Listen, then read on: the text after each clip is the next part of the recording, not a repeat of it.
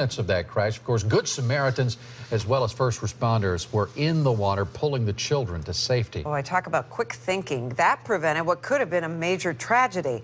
News Channel 8's Josh Benson continues our team coverage tonight from the Hillsborough County Sheriff's Office with that part of the story. That's right. Nobody really likes to be called a hero, but it's hard not to give that title to the men and women who were on scene helping kids right away this afternoon.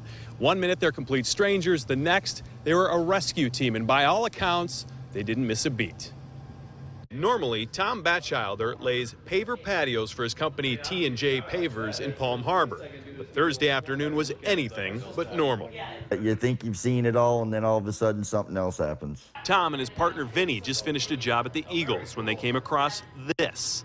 They went right to work. My guy went over to the driver's side where the windshield was smashed out, and he was taking kids from there and bringing them in, and I was taking them from the back door exit and bringing them in.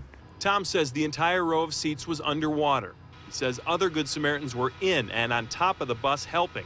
He grabbed anyone he could. I seen a kid, I grabbed him, took him to the bank. Seen a kid, grabbed him, took him to the bank. And how many did you pull out of there? I probably grabbed a half a dozen.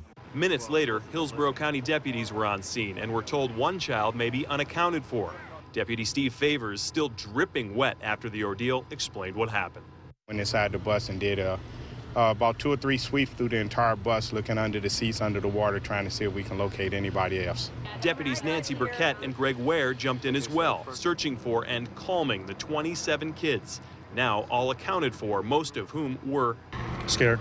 I mean, these are innocent children, obviously, just trying to come home from school. Tom, not a normal day, but it sure was a good one. The kids were all safe. They're home tonight. They're getting hugs and kisses, and nothing bad happened, so it was a good thing.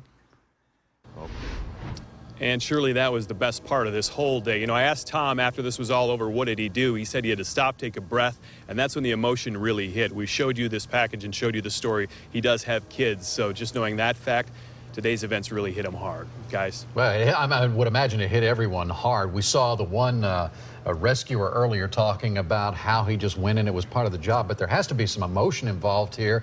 Josh, talk about how they were handling the situation, knowing they were dealing with children they could have been unaccounted for, and they themselves have children. Yeah, and that's what the issue was for the deputies who arrived. You saw 3 deputies in that story who were the first responders. Many of them have kids as well, but they were told that there was one person unaccounted for. They had to get into that bus and sweep the bus, but it was murky water, waist deep, so they had to use their hands and feet, get under the seats to try to see if they could feel around. They did that up and back 3 times. Once they did that, they knew that bus was clear and everyone was safe. Guys? They did a great job. Sure did. Indeed. Josh Benson live in Hillsborough County tonight. Thank you.